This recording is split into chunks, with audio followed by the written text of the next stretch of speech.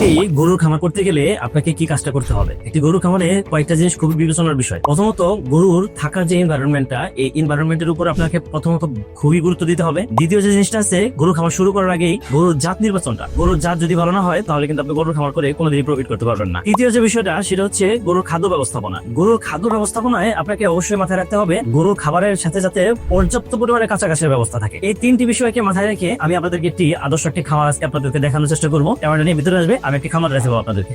একটি খামারের প্রথম যে বলেছি সেটা হচ্ছে আপনার গরুর থাকার ব্যবস্থাপনা। দেখুন, এখানে গরুগুলো থাকার যে পরিবেশটা একদম নিট এন্ড ক্লিন। গরু যেখানে শোয়, যেখানে বসে, যেখানে দাঁড়ায়, এই জায়গাটি যদি পরিষ্কার পরিচ্ছন্ন না থাকে তাহলে কিন্তু গরু আপনার কখনোই ভালো উৎপাদন গরু থেকে আশা করা যায় না। এবং এই যে একটি জায়গা আপনাকে আমরা দেখাচ্ছি, এই জায়গাটা কিন্তু এর এনভায়রনমেন্ট খুবই সুন্দর এবং চতুর্পাশে খোলামেলা আলো বাতাসের পর্যাপ্ত ব্যবস্থা। এবং দ্বিতীয় যে বিষয়টা সেটা হচ্ছে জাত নির্বাচন। আপনি যদি বাছুর গরু নিয়ে খামার করতে চান তাহলে ছোট বাছুর দিয়ে শুরু করবেন, অবশ্যই জাতটা দেখতে হবে। যদি আপনি দেশি জাতের গরু নিয়ে শুরু করেন তাহলে কি হবে, দেশি জাতের গরুগুলো ব্রিডটা আপনার দুধ একটু তুলনামূলক হারে কম আসে, তখন আপনার এই খাবারও কম খায় যদিও, কিন্তু তারপরেও তুলনামূলক হারে গ্রোথ কিন্তু আপনার দেশি জাতের গরু কম হয়। এই জন্য আপনি চেষ্টা করবেন, যেহেতু আপনি সময় এবং অর্থ দুইটাই ব্যয় করবেন, সেহেতু আপনি একটা ভালো জাতের গরু নিয়ে শুরু করবেন। সেই গরু যাতে অল্প খাওয়ানো বা একটু বেশি খাওয়ালেও যাতে তার দ্রুত গ্রোথ আসে এবং দুধের প্রোডাকশনটাও যাতে বেশি আসে। তৃতীয় যে প্রবলেমটা আছে সেটা হচ্ছে খাবার ব্যবস্থাপনা। আপনি গাদায় গাদায় ফিড খাওয়াচ্ছেন, ভুসি খাওয়াচ্ছেন, গরুকে এখানে ঘরের ভিতরে রেখে আপনি এই ফিড আর খড় ভুসি দিয়ে এর উপরে ডিপেন্ড করে আপনি গরু পালন করতেছেন। সেক্ষেত্রে আপনার কি হবে, আপনার গরুর উৎপাদন খরচ